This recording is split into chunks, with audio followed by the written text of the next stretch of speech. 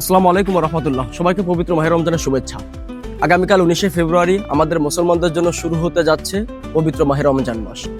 আমরা সবাই মনে করি যে রমজান মাসে শুধু না খেয়ে থাকা নয় এবং শুধু নামাজ কালাম পড়তে হবে, এটাই বিষয় না।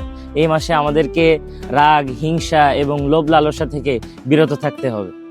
ভাই, আমরা ব্যবসায়ী মানুষ, আমরা চেষ্টা করব মানুষের পকেট না কেটে প্রত্যেকটা মানুষ সুন্দরভাবে রোজা ও ইফতারি করতে পারে, সেজন্য পণ্যের দামের দিকে আমরা খেয়াল রাখবো।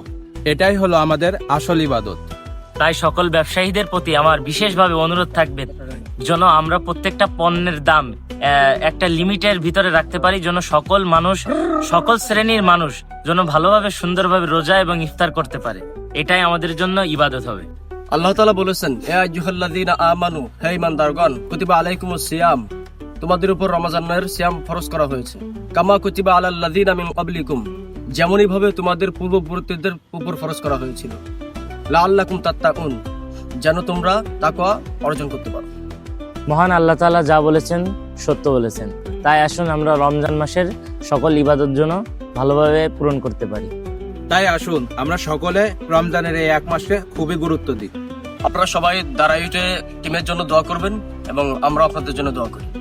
সবাইকে পবিত্র মাহে রমজানের অনেক অনেক শুভেচ্ছা।